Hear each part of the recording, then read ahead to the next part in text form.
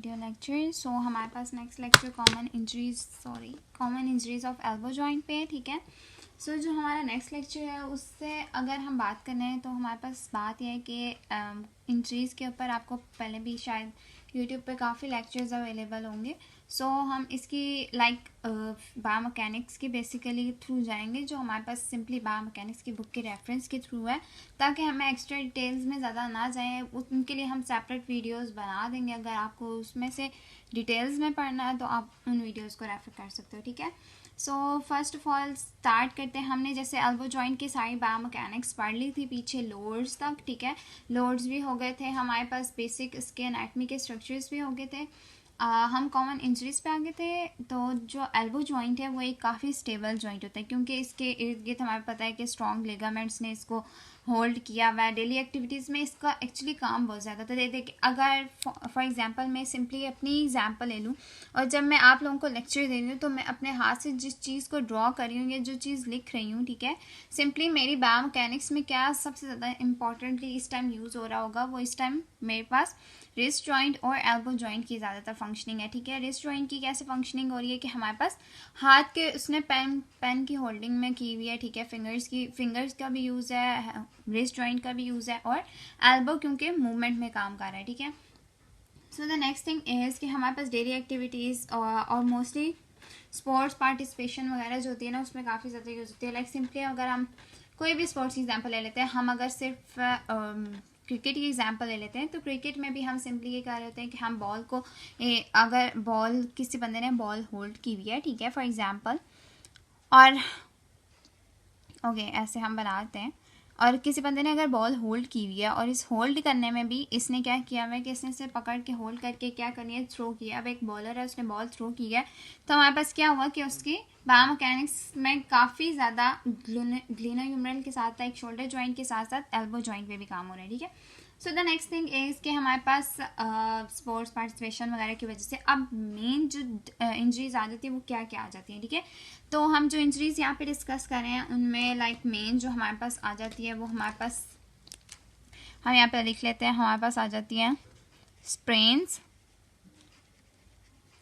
And डिसलोकेशंस, ठीक है। Sprains के साथ डिसलोकेशंस भी आ जाती हैं, तो हम ये दोनों डिस्कस कर लेते हैं, ठीक है। So the first thing is के सिंपली हमारे पास स्प्रेन कैसे हो रहा होता है, ठीक है। स्प्रेन ऐसे हो रहा होता है कि लाइक अगर हम कहते हैं ना कि हमारे पास कोई हमारे पास जैसे एल्बो जॉइंट है, ठीक है। फॉर एग्जांपल अगर मैं एक एल्बो जॉइंट की एग्जांपल लेती हूँ, अभी ये एल्बो जॉइंट है, ठीक है, यहाँ पे ये फुल एक्सटेंडेड फॉर्म में है, ठीक है। ये हमारे पास क्या आ गई, रिस्ट जॉइंट आ गया, यहाँ पे फिंगर्स आ गई, ठीक है। अब ये जो एल्बो जॉइंट है ना, ये हमारे पास फुल एक्सटेंडेड फॉर्म है। अगर इसकी हाइपर एक्सटेंशन हो जाती है, ठीक है, फोर्सफुली, लाइक आप किसी जगह गिर जाते हो, ठीक है, और अपने हाथ से ना नीचे जोर लगा देते हो, ठीक है, तो वो क्या होता है कि हाइपर एक्सटेंड हो जाता है आपका हाथ, ठीक है। लाइक आपकी अब नॉर्मल एक्सटेंशन ये है, ठीक है, और अगर आपकी एक्सटेंशन ज़्यादा एंगल इंक्रीज हो जाता है, ठीक है, लाइक इतना ज़्यादा तो नहीं हो सकता लेकिन चले इतना भी हो गया, तो क्या हो गया, अब हमारे पास क्या होगी कि स्प्रेन हो जाता है। स्प्रेन कैसे होगा कि जो हमारे पास पोस्टीरियर है ना, पोस्टीरियर साइड की जो, अगर मैं सिंपली ये कहूँ कि हमारे पास कोरोनाइड प्रोसेस था, अगर याद हो तो हमारे पास कोरोनाइड प्रोसेस था, ठीक है, ऐसे हमारे पास बना हुआ था, ऐसे हमारे पास थी अल्ना, ठीक है। अल्ना में ना ये जो जगह थी ना, ये हमारे पास था कोरोनाइड प्रोसेस, ठीक है, कोरोनाइड प्रोसेस था, ठीक है। अब ये जो कोरोनाइड प्रोसेस है ना, इसकी वजह से क्या होगा कि हमारे पास जो ट्रोक्लिया था, हमें पता है ह्यूमरस का ट्रोक्लिया इसके कनेक्शन में आ रहा था, ठीक है, लाइक वो जो था क्या जॉइंट बना रहा था, ठीक है, फ्रंट साइड से हमारे पास यहाँ पे क्या था, ट्रोक्लिया आके जॉइंट बना रहा था ह्यूमरस के साथ, ठीक है। अब हम इतनी ज़्यादा, मैं रफ सीट से डायग्राम आपको दिखाने के लिए कर रही हूँ, ठीक है। तो अब उसने क्या किया कि हमारे पास पोस्टीरियर डिस्प्लेसमेंट हो गई, हमारे पास क्या हुई, कोरोनाइड प्रोसेस की, ठीक है। कोरोनाइड प्रोसेस की जैसे ही पोस्टीरियर डिस्प्लेसमेंट हो गई, ठीक है, जाहिर सी बात है इसने आगे से किया था, अब ये इसकी थोड़ी सी पोस्टीरियर डिस्प्लेसमेंट होगी तो ये अपनी जगह से नॉर्मली जगह से स्ट्रेच कर जाएगा, और इसकी वजह से क्या हो जाएगा, जो अल्नर कोलेटरल लिगामेंट था साइड वाला, ठीक है, लाइक हमारे पास लेटरल लिगामेंट थे ना, कोलेटरल लिगामेंट्स, ठीक है, तो वो जो हमारे पास अल्नर साइड का कोलेटरल लिगामेंट था वो क्या करेगा, वो में भी रप्चर हो जाएगा, ठीक है। एंटीरियर साइड पे, एंटीरियर वाली जो उसकी साइड थी वो क्या हुई, अब जो हमारे पास कोलेटरल लिगामेंट था उसकी जो आगे वाली साइड थी वो रप्चर हो गई, जिसकी वजह से हमारे पास एक कंडीशन आ गई जिसको हमने कह दिया स्प्रेन, ठीक है। अब क्या हुआ कि हमने सिंपली कहा कि हमारे पास अगर पोस्टीरियर डिस्प्लेसमेंट, ठीक है, हमने ये कहा कि अगर यही कोरोनाइड प्रोसेस पीछे की तरफ चला जाता है, ठीक है, और लाइक नॉर्मल नहीं रहता, ठीक है, इसकी पोजीशनिंग नॉर्मल नहीं रहेगी, तो हमारे पास क्या हो जाएगी, स्प्रेन हो जाएगी, ठीक है। अब स्प्रेन को तो हम सिंपली जो हमारे वर्ड्स में हम लोग कहते हैं वो हम मोच में ले रहे होते हैं, ठीक है। लेकिन अगर हम चेंज करके इसको देखें तो हमारे पास लाइक चेंज नहीं करें, लाइक हम इसको एल्बो जॉइंट में भी लें तो हमारे पास यही मतलब होता है। लेकिन अगर यही कंटिन्यू हाइपर एक्सटेंशन रहे, ठीक है, लाइक उसकी कोई डेली एक्टिविटीज़ ऐसी हैं, या हो सकता है उसकी स्पोर्ट्स की ट्रेनिंग ऐसी है, स्पोर्ट्स की ट्रेनिंग ऐसी है, या कोई और वजह भी हो सकती है, उसकी डेली एक्टिविटीज़ ही कुछ ऐसी हैं कि जिसकी वजह से उसको बार बार कॉन्टीन्यूड हमारे पास क्या हो रही है, हाइपर एक्सटेंशन हो रही है, बार बार हमारे पास क्या हो रही है, हाइपर एक्सटेंशन हो रही है। तो हमारे पास क्या होगा, अब इस टर्म में हमारे पास क्या हो जाएगी, डिसलोकेशन हो जाएगी, ठीक है। पहले हमारे पास सिर्फ स्प्रेन आ रहा था, अब हमारे पास डिसलोकेशन आ जाएगी। डिसलोकेशन के सिंपली अगर मैं मीनिंग लूँ तो हमारे पास ये है कि ना बिल्कुल लाइक अपनी जगह से जो है ना वो कोरोनाइड प्रोसेस हिल जाएगा, ठीक है। ये अभी हम थोड़ी देर बाद पिक्चर्स से भी दिखा देती हूँ, ठीक है, लाइक हम रेडियोलॉजिकली भी देख लेते हैं और हमारे पास सिंपली पिक्चर्स से भी देख लेंगे, ठीक है। तो हमारे पास ये हुआ कि डिसलोकेशन हुई एल्बो जॉइंट की, जो हमारे पास ज़्यादा फ्रिक्वेंटली नहीं हो रही होती, ठीक है, लेकिन यह हुई कि उन्होंने कहा कि एल्बो जॉइंट में डिसलोकेशन हो जाती है। इस सूरत में हम ये कहते हैं कि हमारे पास क्या हो गया, सिंपली एल्बो जॉइंट पे डिसलोकेशन होगी। वो भी क्या हुई कि कोरोनाइड प्रोसेस जो था वो हमारे पास डिस्टली मूव कर गया, स्लाइड ओवर कर गया, ठीक है। Okay, the next thing is कि ये इतनी कॉमन तो नहीं होती, ठीक है, जैसे हम कहते हैं शोल्डर पे काफ़ी कॉमन थी डिसलोकेशंस, लेकिन इस केस में ज़्यादा कॉमन नहीं होती एल्बो जॉइंट के केस में, ठीक है। मोस्टली उन इंडिविजुअल्स में रहती है जिनकी एज 30 से कम होती है, क्योंकि वो स्पोर्ट्स की पार्टिसिपेशन में कुछ ज़्यादा इन्वॉल्व होते हैं, तो उन लोगों में ज़्यादा देखी जाती है, ठीक है। दूसरा ये होता है कि अगर बंदा कहीं गिर जाता है और एक ट्विस्ट सब लो आ जाता है, जैसे मैंने अभी तो पहले भी एग्जांपल दी, तो उस सूरत में हो सकता है, ठीक है, वो वजह हो सकती है, ठीक है। फिर हमारे पास और क्या हो सकता है कि हमारे पास कोई इम्पेयरमेंट लाइक हमारे पास बाय बर्थ भी कुछ लोगों में डिसलोकेशन हो जाती है, बाय बर्थ नहीं होती सॉरी, लेकिन यह होता है ना कि कुछ केसेस में ऐसा होता है कि ना हमारे पास बच्चों को ना उठाने में, लाइक जब बचपन होता है, छोटे होते हैं ना, तो कई बच्चों को ना ज़ोर से उठा लिया जाता है, ठीक है, 1-2 साल के जब बच्चे होते हैं, ठीक है, जब उसको उठा लिया जाता है ना, तो उस केस में हम इसको एल्बो की डिसलोकेशन को हम एक और नाम भी देते हैं जिसको हम कहते हैं नर्स मेड सिंड्रोम्स, ठीक है, सॉरी नर्स मेड एल्बो भी कहते हैं, ठीक है, यहाँ पुल्ड एल्बो भी कहते हैं, क्योंकि उसमें खिंच पड़ जाती है, खिंच पड़ने की वजह से हम कहते हैं एल्बो डिसलोकेशन हुई है। तो हम उस केस में हम क्या करते हैं, मोस्टली हम उस केस में हम क्या कहते हैं, मैं लिख देती हूँ, नर्स मेड्स एल्बो, और हम कहते हैं पुल्ड एल्बो, ठीक है, पुल्ड एल्बो, ठीक है। ये हमारे पास मोस्टली तब आई थी जब हम लिफ्टिंग वगैरह बच्चों में कर देते हैं ना, हाथ वगैरह खिंच जाते हैं, रिस्ट खिंच जाती है, फोर आर्म्स वगैरह खिंच जाती है, जिसमें कोई भी इंजरी हो जाती है, तो हमारे पास क्या होता है, मोस्टली उन बच्चों में हम करते हैं। मोस्टली जब बच्चों को खिला रहे होते हैं ना, तो हमें मोस्टली होता है कि हम उठा लें और इस तरह से, तो उस केस में ना काफ़ी ज़्यादा कॉमनली ये चीज़ देखी जाती है, ठीक है। Okay, the next thing is over use injuries, ठीक है। जो हमारे पास सेकेंड इंजरीज आ रही हैं वो हमारे पास आ रही हैं ओवर यूज इंजरीज, ठीक है, ये हम देख लेते हैं ओवर यूज इंजरीज, ठीक है। ओवर यूज इंजरीज में सिंपली ये है हमारे पास कि हमारे पास एक्सेप्शन नहीं होती, लाइक हमारे पास सिर्फ नी जॉइंट पे ओवर यूज इंजरीज नहीं हो रही होती, क्योंकि हमारे पास वो जॉइंट ज़्यादा ओवर यूज इंजरीज से इफेक्ट होते हैं जो डेली एक्टिविटीज़ में ज़्यादा काम कर रहे हैं, और हमारे पास एल्बो जॉइंट भी काफ़ी ज़्यादा काम कर रहा होता है, ठीक है। मोस्टली स्ट्रेस इंजरीज होती हैं हमारे पास, क्योंकि कोलेजिनस टिश्यूज़ जो होते हैं ना एल्बो में, वो ज़्यादा प्रोग्रेसिवली काम कर रहे होते हैं, ठीक है। जाहिर सी बात है, हमें पता है कि हमारे पास जो कोलेजिनस टिश्यूज़ हैं जहाँ पे भी हैं, ठीक है, उन्हीं की इंजरी की वजह से ओवर यूज इंजरी ज़्यादातर हो रही होती हैं, ठीक है। उन पर स्ट्रेस पड़ रहा होगा, या उनकी लाइक सिंपली उनकी सही तरह से मैकेनिक्स सही नहीं है, ठीक है। लाइक आप सिंपली ये भी कह सकते हो कि हमारे पास बार बार हम किसी चीज़ को बहुत ज़्यादा यूज़ करेंगे तो उसमें इंजरी के चांसेस ज़्यादा हो सकते हैं, ठीक है। फर्स्ट सिम्टम्स हमारे पास इसमें क्या शो हो रहे होते हैं, पहले जो सिम्टम्स होते हैं वो हमारे पास सबसे पहला जो होता है वो हमारे पास ये अब हमारे पास जो पहला सिम्टम्स, इसमें फर्स्ट सिम्टम जो शो होते हैं वो हमारे पास ये होते हैं कि हमारे पास सबसे पहले इन्फ्लेमेशन या स्वेलिंग हो जाएगी, ठीक है। देखो कहीं पे भी इंजरी होती है तो सबसे पहले हमारे पास सिम्टम्स क्या आ रहे थे। अगर पैथो के हिसाब से देखा जाए, पैथोलॉजी के हिसाब से देखा जाए तो हमारे पास काफ़ी ज़्यादा सिम्टम्स होते हैं ना, ठीक है, जिनको हम देखते हैं। इन्फ्लेमेशन होती है, स्वेलिंग होती है, रेडनेस हो जाती है, ठीक है, हीट वहाँ पे हीट बर्निंग हो जाती है, वही सिम्टम्स यहाँ पे आएंगे, ठीक है। सारी हीटिंग हो जाएगी, रेडनेस हो जाएगी, ठीक है, टेम्परेचर हाई हो जाएगा, ठीक है, इन्फ्लेमेशन हो जाएगी। टेम्परेचर हाई को हम हाइपरथर्मिया भी कहते हैं, ठीक है। इन्फ्लेमेशन, स्वेलिंग और ये सारी चीज़ें आ जाएंगी, ठीक है, वो हो गए। फिर उसके बाद क्या आ गया कि अगर हम सिंपली देखते हैं हमारे पास स्वेलिंग, इन्फ्लेमेशन, रेडनेस भी आप कह सकते हो, रेडनेस हो जाएगा, टेम्परेचर हाई हो जाएगा या हाई टेम्परेचर, या आप इसको क्या कहते हो, हाइपरथर्मिया, ठीक है। ये सारी कंडीशन आ जाएंगी। फिर इसके बाद क्या होती है, ये फॉलो करती है हमारे पास। इसके बाद क्या होती है, जैसे हमें पता है स्कारिंग हो जाएगी सॉफ्ट टिश्यूज़ की, ठीक है। जो हम सारा कुछ पैथो में पढ़ चुके हैं तो हम यहाँ पे इस चीज़ को नहीं करेंगे। हाँ, हम पैथो के लेक्चर्स काफ़ी यूट्यूब पे अवेलेबल भी हैं। अगर फिर भी आपको कोई इशू आ रहा हुआ तो आप प्लीज़ कमेंट सेक्शन में मुझसे पूछ सकते हैं, ठीक है। स्कारिंग हम तो सॉफ्ट टिश्यूज़ आ जाएंगी, ठीक है, जैसे स्कार से बन जाते हैं, ठीक है।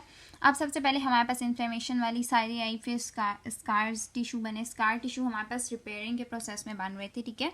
अगर आपको नहीं पता तो मैं यहाँ बताती हूँ कि रिपेयरिंग के प्रोसेस में हमारे पास सिंपली बन रहे होते हैं, और रिपेयरिंग के प्रोसेस में भी ऐसे बन रहे होते हैं कि हमारे पास उसमें ना लाइक हार्ड सी फॉर्मेशन हो जाती है, फाइब्रस टिश्यूज़ आके वहाँ पे कनेक्ट होते हैं, ठीक है।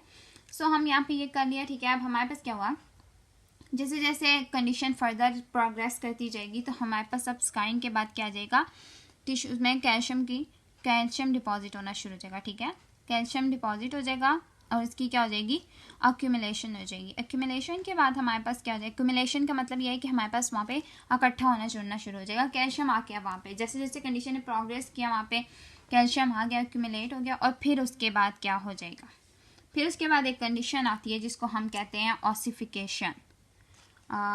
किसी और कलर से लिखते हैं ताकि अच्छा सा, ठीक है। तो हमारे पास क्या आ जाएगा, ऑसिफिकेशन, ठीक है। ये हमारे पास क्या आ जाएगा, ऑसिफिकेशन ऑफ द लिगामेंट्स आ जाएगा, ठीक है।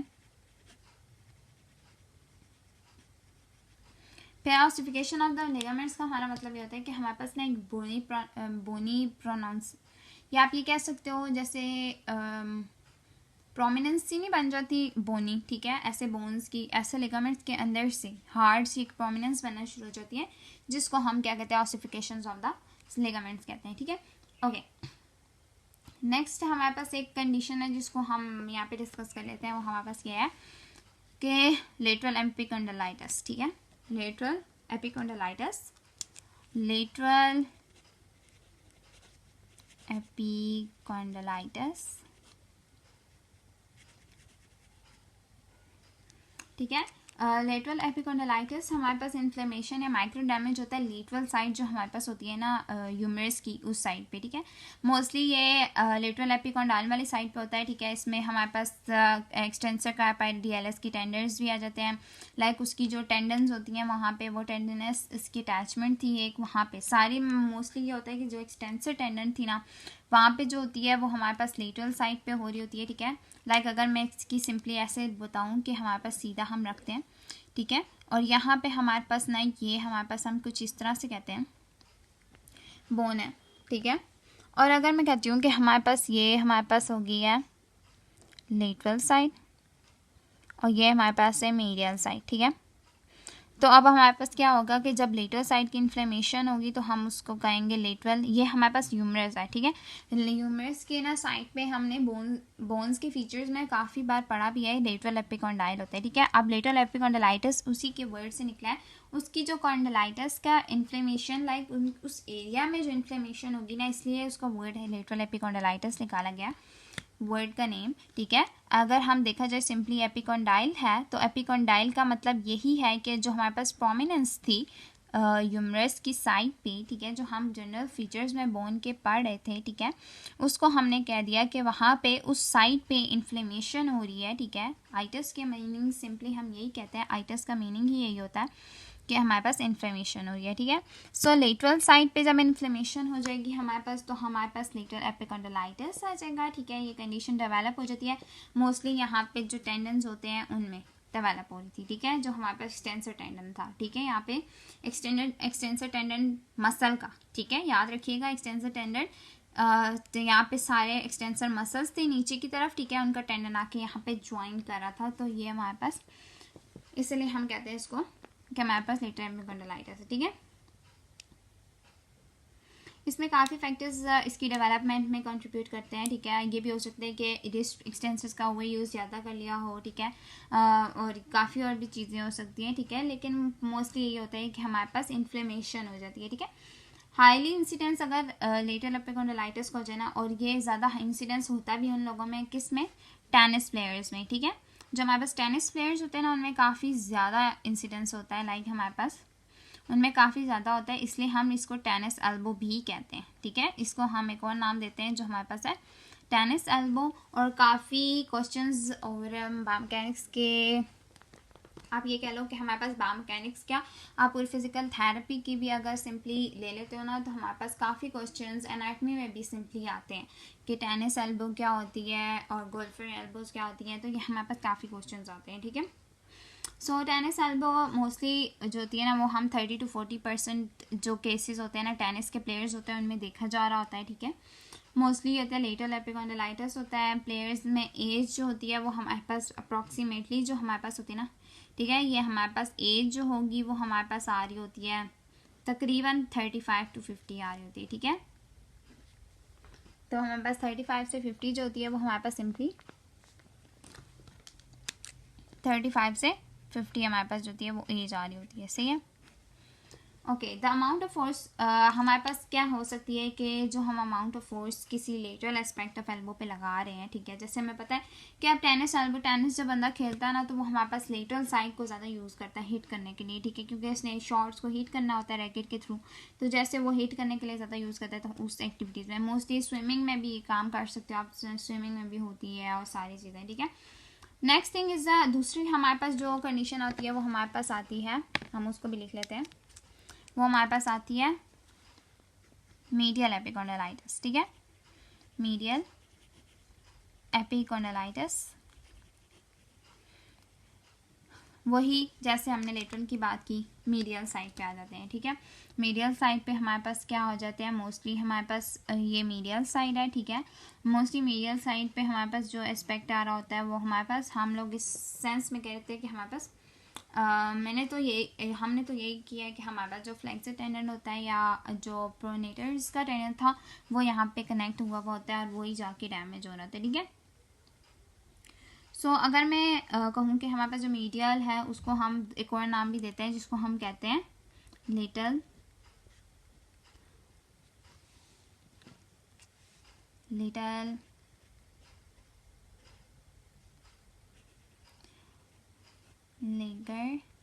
एल्बो, ठीक है, लेटरल लेगर एल्बो कहते हैं, ठीक है। ये हमारे पास सेम टाइप ऑफ इंजरी होती है टिश्यूज़ में, ठीक है, जो मीडियल साइड पे हो रही होती है, ठीक है, जैसे हमने उधर लेटर पढ़ी है। पिचिंग वगैरह हमारे पास हो रही है मोस्टली, जो हमारे पास इनिशियल स्टेज का जो स्ट्रेन वगैरह पड़ता है ना, ठीक है, जॉइंट पे या इस पे एल्बो जॉइंट पे, उसकी वजह से हो रही होती है, ठीक है। ओके, अब पहले ना मैं आपको सिर्फ पिचिंग की जो हमारे पास सिंपली फेजेस हैं वो बताती हूँ। 6 फेजेस में उन्होंने डिवाइड किया, wind up, STRIDE, arm caulking, arm acceleration, arm deceleration और हमारे पास फॉलो थ्रू है, ठीक है। सबसे पहले उसने विंड अप का एक फेज लिया है जिसमें आप उसको सिंपली देख सकते हैं वो किस पोजीशन में हमारे पास खड़ा हुआ है, ठीक है। उसने क्या किया हुआ है कि अपने हाथ को जो है फोल्ड की तरह फोल्ड किया हुआ है, ठीक है, उसने, ठीक है। अब उसने क्या किया हुआ है कि अब उसने जो नेक्स्ट फेज आ रहा है उसमें उसने क्या किया हुआ है कि नी अप की हुई है, ठीक है। अब उसने नी उठाई हुई है और उसने क्या किया कि अब स्ट्राइड के फेज पे आ गई, ठीक है, जैसे उसने थ्रो करनी है बॉल को, ठीक है।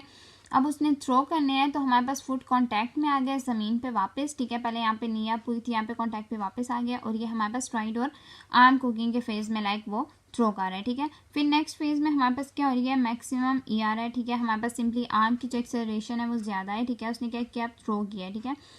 एक्सटर्नल रोटेशन अब यहाँ पे क्या आ रही है, हमारे पास मैक्सिमम आ रही है। जब हम ऊपर लिखा हुआ है उन्होंने साथ उन्होंने बताया भी हुआ है कि हमारे पास मैक्सिमम एक्सटर्नल रोटेशन आ रही है, ठीक है। यहाँ पे उसने क्या किया, वो स्टार्ट कर रहा है, पहले इसने यहाँ पे स्टार्ट किया था थ्रो करना, ठीक है। अब उसने यहाँ पे क्या किया कि वो थ्रो करना शुरू किया। उसने जैसे बॉल को रिलीज़ किया वो हमारे पास आर्म डिसलरेशन की फेज़ में आ जाता है, और उस थ्रो रिलीज़ करने के बाद उसकी अपनी जो पोजीशन है वो नीचे की तरफ डाउन हो रही है, और ये हमारे पास इस तरह की पोजीशन आ रही है जिसको हमने क्या फॉलो थ्रू आ रहा है। जब वो उसने पूरी रिलीज़ कर दिया ना तो हमारे पास मैक्सिमम इंटरनल रोटेशन आ रही है, और ये हमारे पास क्या आ रहा है, फेज़ आ रहा है फॉलो थ्रू का फेज़ आ रहा है, ठीक है। ये हमारे पास सिंपली पिचिंग के फेजेस हैं, ठीक है। हम इसको डिस्कस कर लिया काफ़ी, और मुझे नहीं लगता कि इसमें और कोई इतनी डिटेल बताने की ज़रूरत थी, ठीक है। सिंपली यही बताना चाहिए था कि कहाँ किस जगह पे क्या हो रहा था, ठीक है। सो नेक्स्ट थिंग हम जो डिस्कस करते थे वो ये करते कि हमारे पास जो पिचिंग में फेजेस आ गए थे, ठीक है। जैसे हमने इनिशियल फेज़ में देखा कि उसने क्या किया था कि उसने ट्रंक और शोल्डर्स को ना लाइक फॉरवर्ड की तरफ लेके गया। स्टार्ट में उसने क्या किया कि उसने पहले पीछे की तरफ लेके गया, ठीक है। लाइक उसने अपने हाथ को पीछे की तरफ लेके गया, ठीक है। और फिर उसने क्या किया कि आहिस्ता आहिस्ता फोर आर्म और हैंड को आगे की तरफ लेके गया, और ये इस तरह से उसने पोजीशन बनाई है, ठीक है। ओके, वेल्गस टॉर्क हमारे पास एक पोजीशन थी, ठीक है। वो वेल्गस टॉर्क जो है वो हमारे पास सबसे ज़्यादा इंक्रीज तब होता है जब हमारे पास एक्सटर्नल रोटेशन जो थी वो कम थी, ठीक है। और एक्सटर्नल रोटेशन कब कम थी, जब उसने बॉल को थ्रो करना था, उसकी एल्बो फ्लैक्स हुई हुई थी पूरी, ठीक है। जब उसने हमारे पास लाइक जो हमारे पास पीछे हमने डिस्कस किया उसमें एक्सेलरेशन के फेज़ में थी, ठीक है। एक्सेलरेशन या डिसलेरेशन के फेज़ में थी, मोस्टली डिसलेरेशन के फेज़ के बाद जो फॉलो थ्रू वाला फेज़ था, ठीक है, उसमें। अब उन्होंने बात की हमारे पास के मीडियल एपिकोंडाइल के ना एवल्जन फ्रैक्चर्स ऐसे होते हैं, ठीक है। ये हमारे पास एवल्जन फ्रैक्चर्स होते हैं मोस्टली। एवल्जन फ्रैक्चर्स जो होते हैं ना, इस तरह से जो फ्रैक्चर होता है ना बोन के अंदर, लाइक अगर मैं कहती हूँ ये मेरे पास बोन है, ठीक है, ये मेरे पास बोन है, ठीक है। और इस बोन में अगर यूं फ्रैक्चर होगा ना, ठीक है, ये यूं करके अलग होगी, ठीक है। तो ये हमारे पास एवल्जन फ्रैक्चर्स होते हैं। अब अगर एपिकोंडाइल वाली साइड पे उन्होंने कहा है हमारे पास होंगे, तो हमारे पास कुछ यूं करके एवल्जन फ्रैक्चर्स होंगे, जिसके बाद हमारे पास क्या होगा कि एवल्जन फ्रैक्चर्स वो फ्रैक्चर्स होते हैं मोस्टली तब हो रहे होते हैं जब हमारे पास रिस्ट में फ्लैक्शन होती है, ठीक है, बहुत ज़्यादा फ्लैक्शन हुई होती है। और ये किस फेज़ में होती है, जो फॉलो थ्रू का लास्ट वाला फेज़ था ना, ठीक है, वो हमारे पास उसमें क्या थी सबसे ज़्यादा, वहाँ पे जो हमारे पास होते हैं फॉलो थ्रू वाले फेज़ में, ठीक है, वहाँ पे हमारे पास सबसे ज़्यादा क्या हो रहा था, इस जगह हो रही है, ठीक है। और हमारे पास क्या था वहाँ पे सबसे ज़्यादा थी फॉलो थ्रू वाले फेज़ में हमारे पास क्या था वहाँ पे हो रही थी, ठीक है। ओके नेक्स्ट थिंग इज़ हमारे पास के ये मोस्ट कॉमनली थ्रोइंग इंजरीज जो होती है ना वो क्रॉनिक होती हैं, एक्यूट केसेस में नहीं होती, क्योंकि बार बार करने की वजह से ये क्रॉनिकली ज़्यादा होती हैं। इंजरी और स्ट्रेचिंग जो होती है अल्नर कोलेटरल लिगामेंट की, ये भी तभी आ रही होती है वल्गस इंस्टेबिलिटी की वजह से आ रही होती है, ठीक है, वल्गस ओवरलोड की वजह से आ रही होती है, क्योंकि इसमें काफ़ी चीज़ें हैं तो हम इसको ज़्यादा डिस्कस करेंगे। सिंपली ये है कि हमारे पास बहुत ज़्यादा इंस्टेबिलिटी की वजह से आ रही होती है, ओवर थ्रोइंग की वजह से, रिपीटेटिव थ्रोइंग की वजह से जो होती है ना इंजरीज आ रही होती है, ठीक है, बार बार थ्रोइंग की जो पोजीशन लाइक जो अब क्रिकेटर या जैसे क्रिकेटर्स होते हैं या बॉलर्स होते हैं, सिंपली उन्हें बार बार बॉल को थ्रो करना होता है तो उनकी क्या होती है, उनमें ज़्यादा होती है, ठीक है। गोल्फ के प्लेयर्स में भी ऐसा होता है, एथलीट्स वगैरह में अनकॉमन होती है, लेकिन जो गोल्फ वगैरह खेलते होते हैं ना, ठीक है, उनमें भी कॉमन होती है, ठीक है। प्रॉपर अगर पिचिंग की मैकेनिक्स अच्छी होना, ठीक है, अगर प्रॉपर तरीके से उनको बताया जाए पिचिंग ऐसे करनी है, ठीक है, तो ये इंजरीज काफ़ी हद तक प्रिवेंट कर सकते हैं हम, ठीक है। लेकिन जो मीडियल और लेटरल जो एपिकोंडाइलिटिस है ना, इसकी फ्रिक्वेंसी तकरीबन गोल्फर्स में ना, गोल्फ जो खेलते होते हैं, ठीक है, उनमें तकरीबन बराबर ही होती है, लेकिन कुछ केसेस में ना ज़्यादा भी होती है। जैसे राइट हैंडेड गोल्फर्स हैं जहाँ जो सीधे हाथ से खेलते हैं, ठीक है, उसमें लेटरल एपिकोंडाइलिटिस ज़्यादा होगा, ठीक है, लेफ्ट साइड का ज़्यादा होगा।